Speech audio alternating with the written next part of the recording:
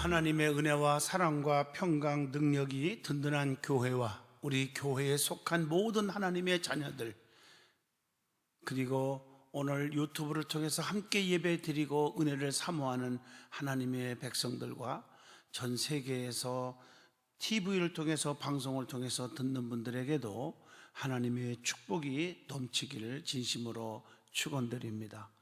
사무엘상 16장 11절로 13절을 통해서 하나님께 감동된 자라 하는 말씀으로 저와 여러분이 같이 은혜를 나누고자 합니다. 세상에 사는 동안 누군가에게 감동을 주면 그 반드시 감동을 받은 분은 그 대가를 주시고 또 그 감동 준 대로 돌아오는 게 있습니다. 부흥회를 저는 44년 동안 인도하면서 하나님께 감동을 준 많은 성도들을 만나보게 됩니다. 제 자신도 너무 감동을 받는데 하나님이 너무너무 감동을 받게 하는 성도들이 있다는 거죠. 근데 하나님은 그 감동을 받으셨을 때 그냥 계시지 않으시고 거기에 합당한 행동을 취하시는 것을 우리는 볼 수가 있습니다. 그 행동은 때로는 병을 고쳐주기도 하고, 때로는 문제를 해결해 주시기도 하시고, 때로는 각자의 가슴에 새겨있는 소원을 다 이루어지기도 하게 하십니다. 기도하면 다 응답을 주시는 하나님입니다. 집회 다니다 보면 많은 하나님을 감동케 하는 분들을 볼 수 있습니다. 부산 세계력교회 손현범 목사님이 심호하는 교회, 그 교회는 많은 기적들이, 제가 16번 부흥회를 갔었는데 김종희 집사님은 특별히 혈액암 말기로 병원에서 살 수가 없다고 무균실에서 죽기만 기다리고 있다가 환자복 입은 채로 남편 등에 업고 주사바늘 꽂은 채로 도망 나와서 교회 제일 앞자리에 제 집회 시간에 누워 있었습니다. 근데 얼마나 사모하는지, 하나님 한 번만 살려주시면 내가 주를 위해서 살겠습니다 하고 매달리는데 말씀을 듣는 그 순간에 그 말기의 혈액암에서 깨끗이 낫게 되었고, 그 얼마나 하나님께 감사하겠어요. 하나님께서는 김종희 집사님을 깨끗이 고쳐주셨고, 그녀는 지금 머리를 깎고 다니면서 1년에 500명씩 전도하는 전도왕이 되었습니다. 지금은 그분이 권사가 되었어요. 이처럼 하나님께 감동을 주면 모든 문제들이 해결을 받게 되는 줄로 믿습니다. 오늘 본문 말씀은 다윗의 이야기입니다. 다윗은 하나님의 마음에 감동을 준 자라고 했습니다. 남들이 알아주지 않아도 끝까지 들에서 양을 지키고 있었습니다. 누가 보든 보지 않던 간에 자기의 포지션, 자기의 사명과 자기의 위치를 끝까지 지켰던 사람입니다. 맹수의 위험과 배고픔, 목마름 등등 많은 것들을 인내하고 있는 다윗의 모습을 하나님께서 보고 계셨다는 겁니다. 하나님께서는 그를 이스라엘의 2대 왕으로 세워주신 줄로 믿습니다. 오늘날도 하나님의 마음에 감동을 준 사람들은 모두 하나님의 은총을 받았고, 그리고 축복과 기적 속에 살 수 있다는 것입니다. 오늘 본문을 통해서 하나님께 감동된 자라, 그래서 이 제목으로 저와 여러분이 은혜를 나누고자 하는 것입니다. 하나님께서는 어떤 자를 감동된 자라고 말씀하실까? 첫째, 하나님을 경록해 하지 않는 자, 즉 하나님을 화나게 하지 않는 자에게 감동을 받는다는 것입니다. 하나님을 경록해 한 사울을 하나님께서는 버리셨음을 우리는 잘 알지 않습니까? 사울을 하나님께서 왜 부르셨습니까? 그 이유가 무엇이라고 생각하십니까? 그는 교만했습니다. 자기가 왕이 되고 권세를 갖게 된 것이 자기가 잘나서 똑똑해서 그런 줄 알았단 말이에요. 그렇지 않잖아요. 잠언서 16장 18절에 교만은 패망의 선봉이요 거만함은 넘어짐의 앞잡이라 이렇게 말하고 있습니다. 고린도전서 10장 12절 보면 그런즉 선줄로 생각하는 자는 넘어질까 조심하라고 말씀하고 있습니다. 잠언서 1장 18절 보면 그들이 가만히 엎드림은 자기의 피를 흘릴 뿐이요 숨어 기다림은 자기의 생명을 해할 뿐이다, 이렇게 말하고 있습니다. 마태복음 11장 23절에 보면 가버나움아 네가 하늘에까지 높아지겠느냐 음부에까지 낮아지리라, 이렇게 말하고 있습니다. 잠언서 29장 23절을 보시면 사람이 교만하면 낮아지게 되겠고 마음이 겸손하면 영예를 얻으리라, 이렇게 말하고 있습니다. 잠언서 3장 34절 보면 하나님께서는 거만한 자를 비웃으시며 겸손한 자에게 은혜를 베푸신다고 말씀하고 있습니다. 잠언서 11장 2절에 보면 교만이 오면 욕도 오거니와 겸손한 자에게는 지혜가 있느니라, 이렇게 성경은 말씀하고 있는 줄로 믿습니다. 잠언서 13장 10절에 보면 교만하면 다툼만 일어날 뿐이요 권녀를 듣는 자는 지혜가 있느니라, 이렇게 말씀하고 있습니다. 잠언서 8장 13절 보면 여호와를 경외하는 것은 악을 미워하는 것이라 나는 교만과 거만과 악한 행실과 패역한 입을 미워하느니라, 이렇게 성경은 우리에게 말씀합니다. 사울이 주의 종을 우습게 여기고 주의 종의 목회권을 또 건드렸기 때문에 사울왕은 버림을 받을 수밖에 없었습니다. 사무엘상 13장 13절 보면 사무엘이 사울에게 이르되 왕이 망령되어 행하였도다. 사무엘이 드릴 제사를 사울이 드려버린 거예요. 잘못된 거 아니겠습니까? 주의 종을 가볍게 여기고 무시하고 목회권까지 흔들어버리는 어리석은 자였단 말이에요. 그래서 히브리서 13장 17절에 주의 종들에게 어떻게 하라겠습니까? 너희를 인도하는 자들에게 순종하고 복종하라. 여호수아 1장 16절로 17절 보면 범사의 모세에게 순종한 것 같이 당신에게 순종하려니와, 이렇게 말씀하고 있습니다. 주의 종들에게 순종을 해야 될 텐데 그렇지 않았어요. 그러나 사울 말고 다윗은 어떻습니까? 다윗은 기름 부음을 받은 자를 해하는 범죄를 저지르지 않았다. 사무엘상 24장 10절 보면 나는 내 손을 들어 내 주를 해하지 아니하리니, 자기를 죽이려고 했던 그 원수지만 그래도 왕을 하나님이 세웠는데 다윗을 내가 죽이려고 하는 죄를 범하지 않았다. 오늘 영적인 의미에서 보면 하나님이 세운 자들을 내 손으로 내가 범죄하지 않겠다라고 하는 그런 겸손한 주의 종을 존귀 여기는 그런 다윗을 볼 수가 있잖아요. 그런데 사울은 또한 그것뿐이 아니에요. 책임을 전가했어요. 그래서 하나님께서 사울을 버리신 겁니다. 성도들은 하나님께 책임을 전가해서는 아니 될 줄로 믿습니다. 모든 게 보면 자꾸 책임 전가하는 사람이 있어요. 사무엘상 13장 11절로 12절에도 보면 때문에 이런 핑계대지 말라는 교훈을 주고 있지 않습니까? 오늘 교회 안에서도 너 때문이야, 뭐 목사 때문이야, 장로 때문이야, 성도 때문이야, 부모 때문이야, 뭐 이렇게 때문에가 정말 아주 속상하게 만들어요. 다 내 탓입니다 그래야 되는데 사울은 그러지 못했어요. 뿐만 아니라 사울은 버림받은 이유가 시기와 질투 때문이라고 말합니다.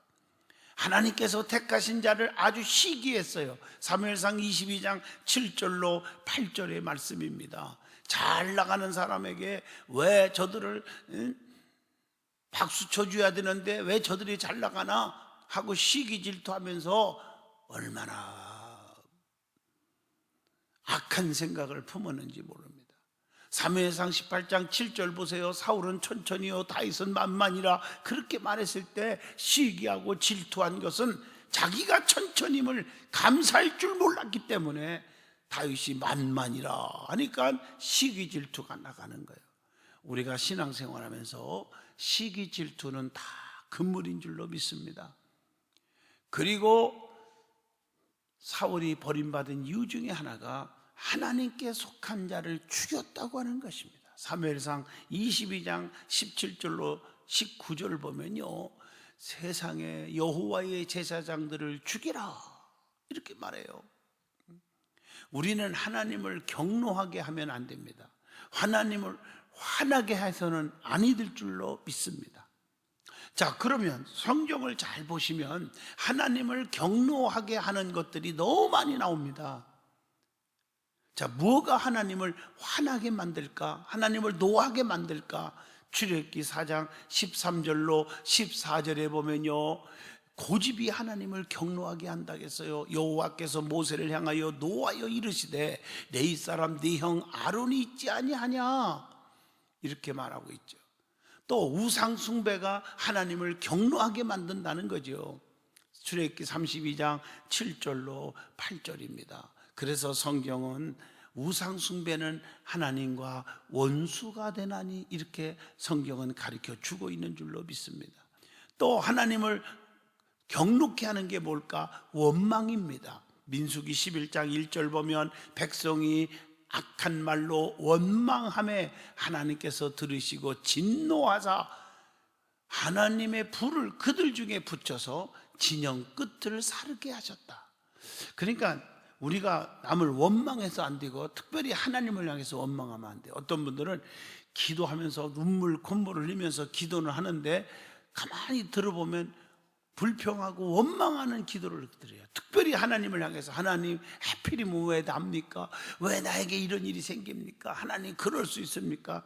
응답은커녕 더 오히려 하나님 앞에 혼쭐 나는 사람들을 볼 수가 있습니다. 제가 목회 현장에서 체험하고 있는 것입니다.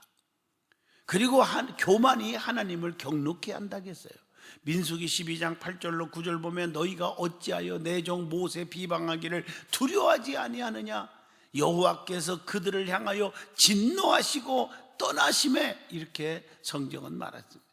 뿐만 아니라 제멋대로 사는 것이 하나님을 화나게 만드는 것이죠. 민수기 22장 21절로 22절의 말씀인 줄로 믿습니다. 그리고 거역하는 것, 하나님을 경노케 합니다. 민수기 32장 14절을 보면 보라, 너희는 너희의 조상의 대를 이어 일어난 죄인의 무리로서 이스라엘을 향하신 여호와의 노를 더욱더 심하게 하는도다, 이렇게 말하고 있어요. 또 하나님을 경노케 하는 게 뭘까? 하나님을 떠나는 거예요. 신명기 7장 4절 보면 네 아들을 유혹하여 그가 여호와를 떠나고 다른 신들을 섬기게 하므로 여호와께서 너희에게 진노하사 갑자기 너희를 멸하실 것임이니라. 여러분, 우리가 하나님을 떠나서 살 수 있다고 생각하십니까? 내가 여호와의 낯을 피하여 어디로 가오리까? 우리는 하나님의 곁을 떠나서는 살 수가 없습니다. 물을 떠난 고기가 혹시 살 수 있을지 몰라도 하나님을 떠난 백성은 살 수가 없는 것입니다. 또한 하나님을 경노케 하는 게 뭘까? 하나님을 모독하는 것이 하나님을 화나게 만드는 거다. 사무엘상 6장 19절입니다. 여러분, 우리는 하나님을 모독하는 자가 되지 않기를 축복합니다. 특별히 나 때문에 하나님의 이름이 더럽혀져서도 아니 될 줄로 믿습니다. 그리고 하나님을 경노케 하는 것 중에 하나님께 불순종하는 것, 사무엘상 15장 17절로 23절의 말씀입니다. 그래서 순종이 제사보다 낫다고 성경은 가르쳐 주고 있는 줄로 믿습니다. 자, 두 번째, 다윗과 같은 자를 하나님께 감동된 자라, 이렇게 성경은 말하고 있습니다. 우리는 사울같이 살지 말고 다윗과 같이 사시기를 축복합니다. 다윗의 신앙의 인격이 너무 아름다운 거예요.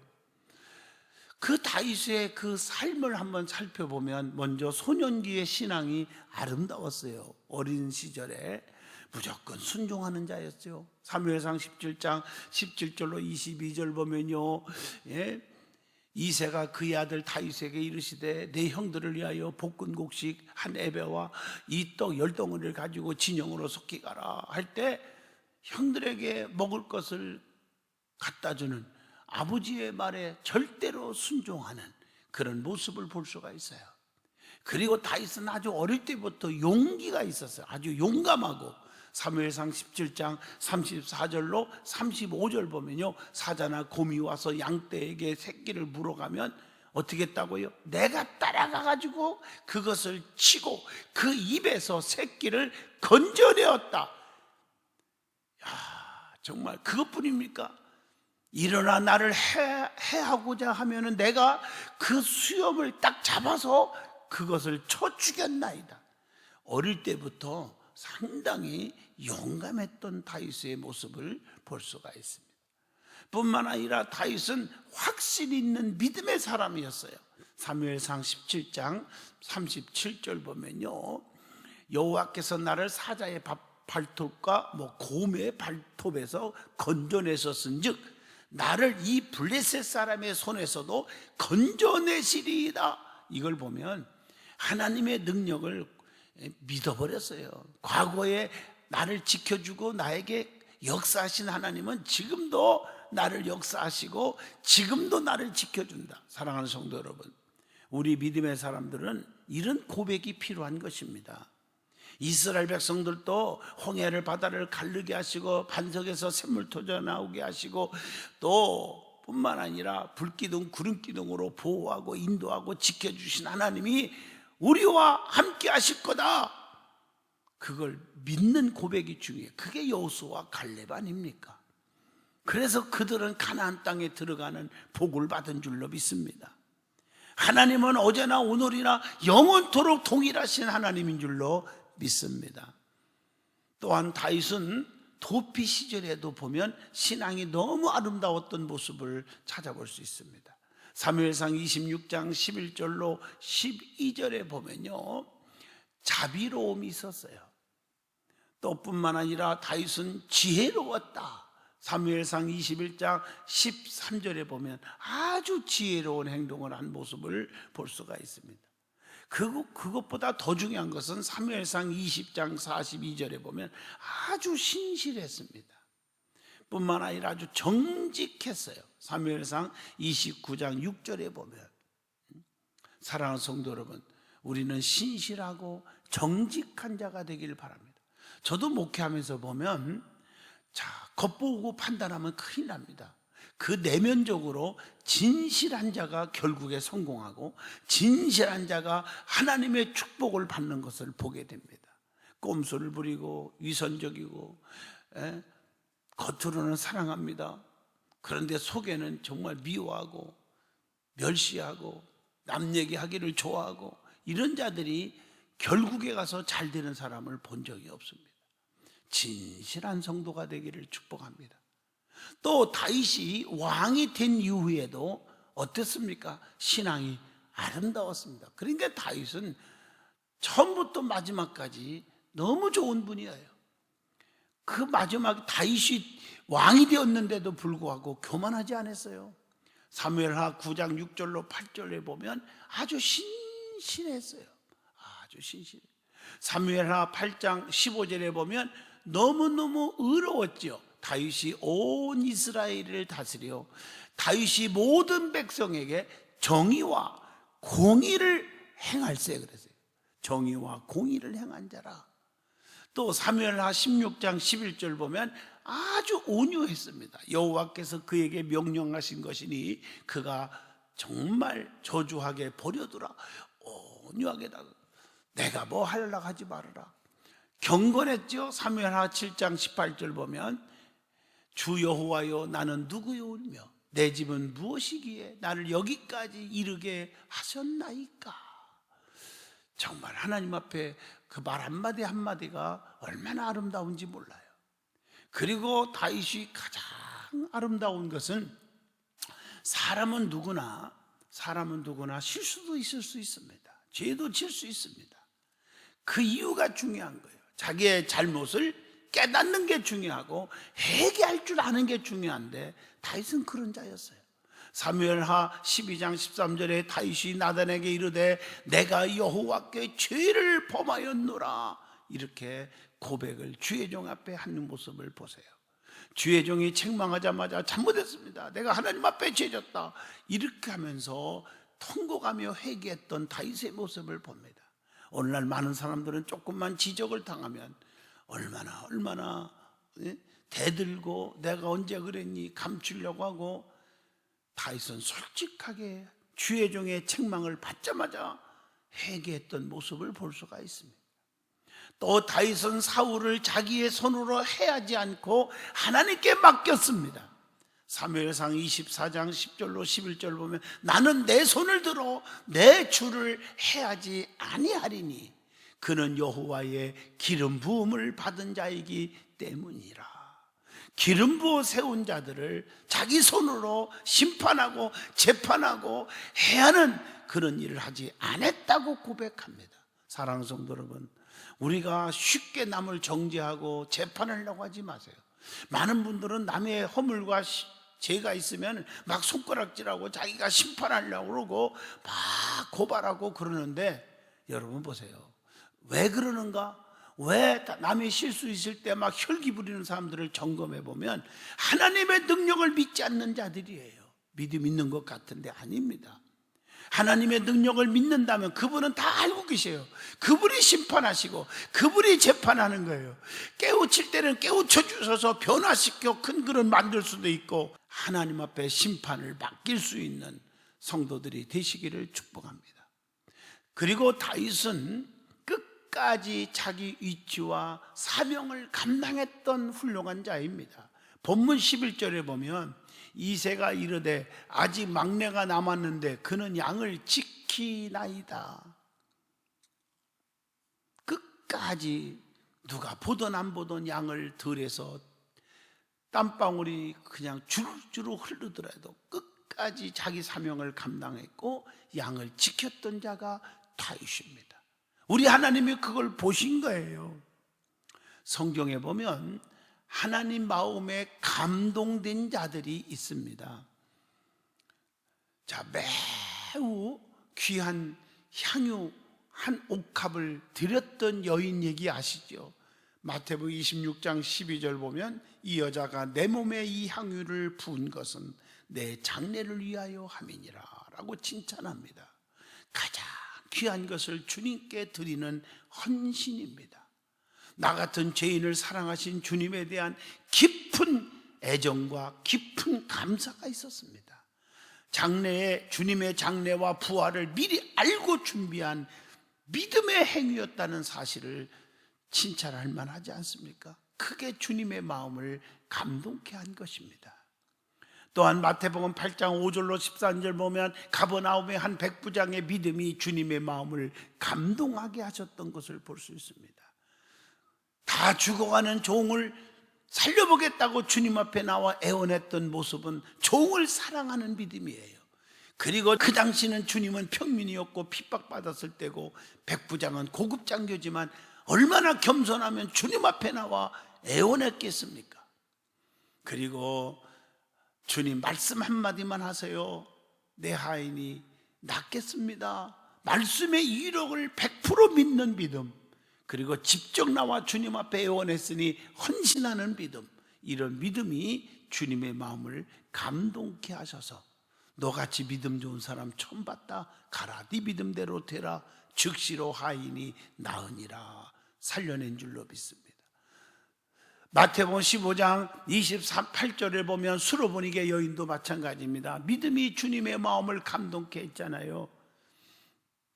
딸 하나가 있는데 귀신 들려서 발작하고 있을 때 주님 앞에 나와서 고쳐달라고 할 때 주님이 개 취급을 했어요.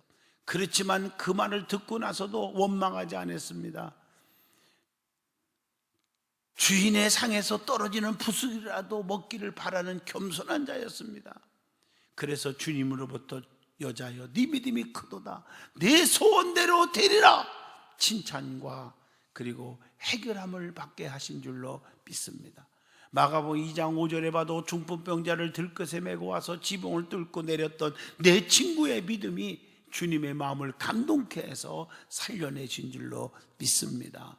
친구를 진심으로 사랑했지요. 협동심이 있었지요. 포기하지 않고 지붕까지 올라갔지요. 구멍을 뚫고 주님께 내려놓았지요. 이 모든 과정이 주님의 마음을 감동케 한 것입니다.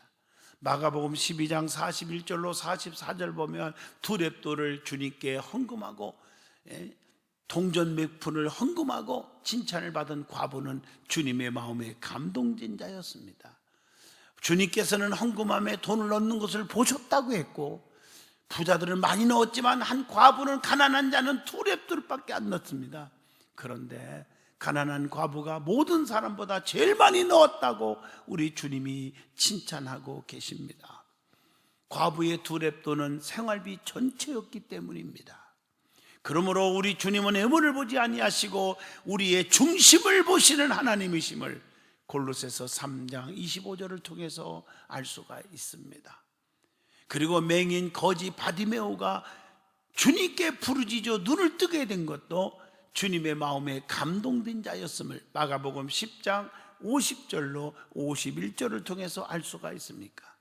마태복음 7장 7절로 8절처럼 주님께 구하는 믿음이 있었고, 또 주님께 가지 못하게 막는 장애물들을 두려워하지 않았습니다. 주변 사람들이 시끄럽다 하거나 말거나 더욱더 소리 질렀고, 마가복음 10장 47절 지혜를 놓치지 않았던 이 사람이 눈을 뜨게 되는 기적을 체험한 줄로 믿습니다. 사케오라는 사람도 잘 아시죠? 자존심을 버리고 돌무화과 나무까지 올라가서 주님을 바라보는 순간 주님의 마음에 너무 감동이 되었어요. 누가복음 19장 1절로 4절에 보면, 그래서 아브라함의 자손의 축복을 받았습니다. 그리고 그의 심령이 변화가 일어났습니다. 여러분, 우리는 신앙생활 하면서 사람의 마음을 감동케 하려고 하는 것보다 주님의 마음을 감동케 하는 성도가 되시기를 바랍니다. 사울은 왕이 된 후에 교만하여 하나님의 명령에 순종하지 않으므로 하나님께 처참하게 버림을 받았습니다. 하나님께서도 사울의 뒤를 이을 자를 찾기 위하여 사무엘을 이사야의 집으로 보냈는데 하나님께서는 애모를 보지 않으시고 중심을 보셨습니다. 첫째 아들 엘리압, 둘째 아들 아비나답, 셋째 아들 삼마 등등 모든 자식들을 지나가게 했지만 하나님이 아니라는 거예요. 그러나 마지막 막내 들에서 양을 치고 있던 아들 다윗을 불러서 내 마음에 감동된 자라고 하면서 기름 부어 이스라엘의 2대 왕, 왕중왕으로 하나님이 높이 세우신 줄로 믿습니다. 하나님의 마음에 감동된 자만 되면 이렇게 하나님께서 쓰시고 하나님이 책임져 주신다는 것을 우리는 깨달아야 합니다. 사랑하는 성도 여러분, 하나님의 마음에 감동된 자가 되어서 하나님의 크신 축복과 기적 속에 사시기를 진심으로 축원드립니다.